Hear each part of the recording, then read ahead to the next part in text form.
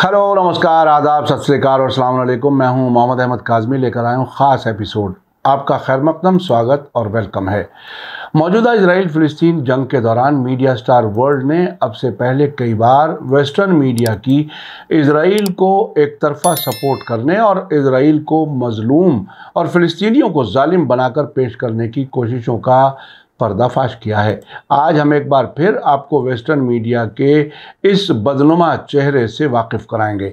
इस एपिसोड में हम बताएंगे कि हाल के हमलों में इजराइल की तरफ से लेबनान के ख़िलाफ़ ज़मीनी जंग शुरू करने के बाद से कितना घटिया मीडिया का खेल खेला जा रहा है। आगे बढ़ने से पहले अगर आपने अभी तक media star world YouTube channel subscribe नहीं किया है तो सब्सक्राइब कर लें और घंटी दबाना ना भूलें ताकि हमारी हर नई वीडियो का नोटिफिकेशन आप तक पहुंच सके।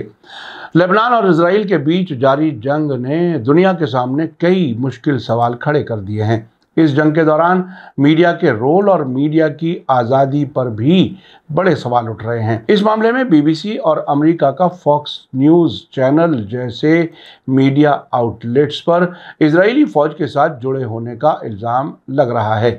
इसका नतीजा ये हुआ है कि मीडिया की गैर जानिबदारी और सच्चाई के लिए कमिटमेंट के मायने पर एक बार फिर बहस शुरू हो गई है।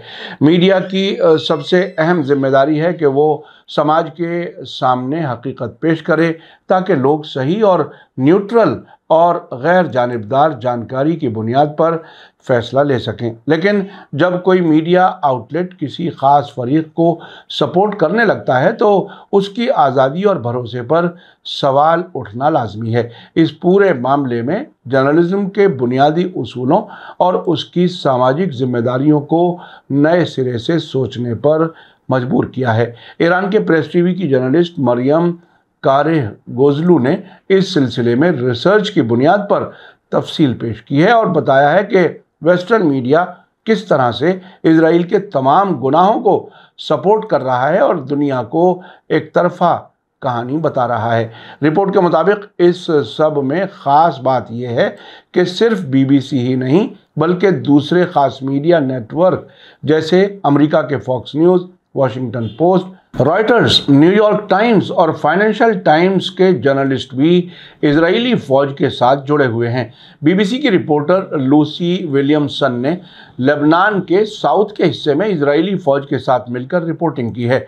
ये वाक़या कई लोगों के लिए चौंकाने वाला है क्योंकि मीडिया का एक अहम उसूल है कि जर्नलिस्ट जंग के इलाकों में न्यूट्रल रहे और किसी ख़ास फरीक के साथ ना जुड़े।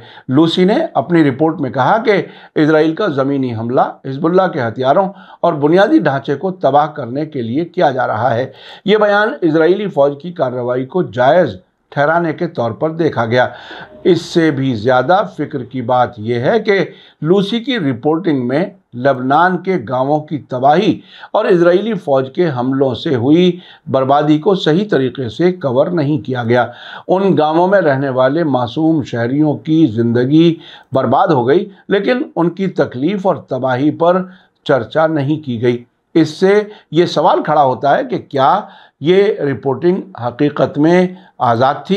रिपोर्ट में कहा गया है कि बीबीसी जैसे बड़े मीडिया आउटलेट से ये उम्मीद की जाती है कि वो न्यूट्रल, गैर जानिबदार और सच्ची खबर पेश करेगा, लेकिन इस वाक़े के बाद बीबीसी की गैर जानिबदारी पर सवाल खड़े हो गए हैं। कई मीडिया एक्सपर्ट्स और सोशल एक्टिविस्ट का कहना है कि बीबीसी की रिपोर्टिंग में इजरायली फ़ौज के हमलों और इंटरनेशनल कानूनों की खिलाफ वर्जी को नज़रअंदाज किया गया है। इसके बजाय इजराइल को मजलूम के तौर पर पेश किया गया, जबकि सच्चाई यह है कि लेबनान के बेगुनाह लोग इस जंग के असली मजलूम हैं। ये हाल सिर्फ एक रिपोर्ट या एक रिपोर्टर तक महदूद नहीं है, ये एक बड़ी प्रॉब्लम का हिस्सा है जहां main stream western media outlets की गैर जानिबदारी यानी न्यूट्रलिटी और सच्चाई के लिए पाबंदी पर सवाल उठ रहे हैं। इस पूरे वाक़े के बाद हिजबुल्लाह ने बीबीसी की सख्त मजम्मत की है। उनके बयान में कहा गया है कि बीबीसी ने न सिर्फ इजरायली फ़ौज की तरफदारी की है बल्कि लेबनान की आज़ादी और उसके नेशनल कानूनों की भी خلاف ورزی کی ہے۔ حزب اللہ کا یہ الزام ہے کہ BBC نے اپنی رپورٹ کے ذریعے اسرائیلی حملے کو جائز ٹھہرانے کی کوشش کی ہے۔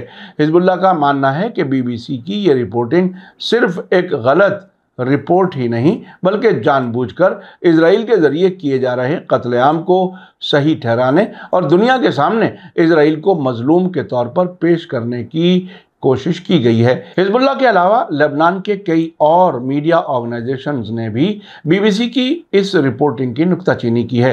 انہوں نے اسے لبنان کی آزادی کی خلاف ورزی قرار دیا اور نیشنل میڈیا کونسل اور دوسری متعلقہ ایجنسیوں سے اس پر کارروائی کی مانگ کی ہے۔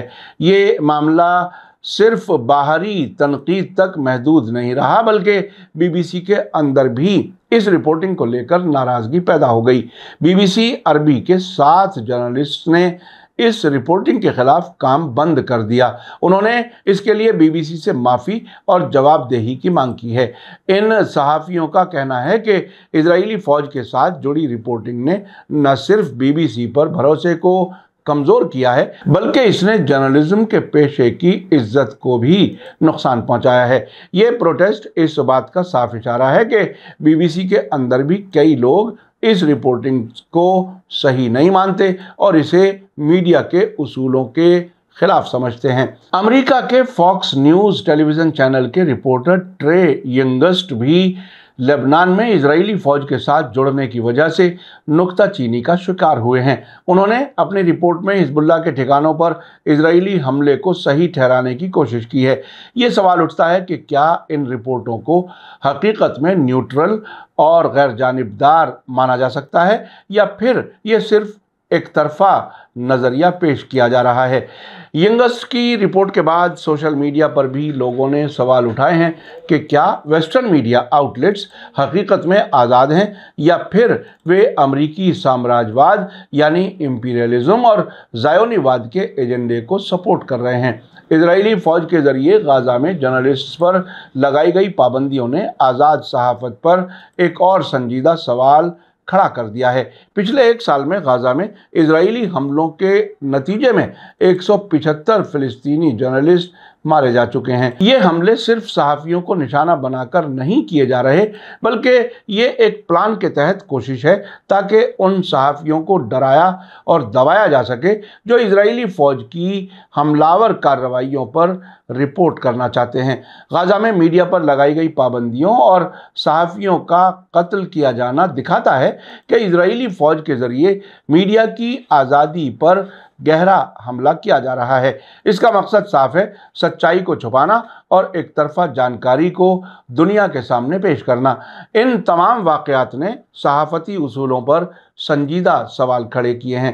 جب جرنلسٹ کسی ایک فریق کے ساتھ جڑ کر رپورٹنگ کرتے ہیں تو ان کی نیوٹرلٹی یعنی غیر جانبداری پر سوال اٹھنا نیچرل ہے۔ اس واقعے کے بعد کئی ایکسپرٹس اور سوشل ایکٹیوسٹس نے کہا ہے کہ اسرائیلی فوج کے ساتھ جڑ کر رپورٹنگ کرنا نہ صرف میڈیا کے بنیادی اصولوں کی خلاف ورزی کی ہے بلکہ انہوں نے عوام کو گمراہ کرنے کا گناہ بھی کیا ہے۔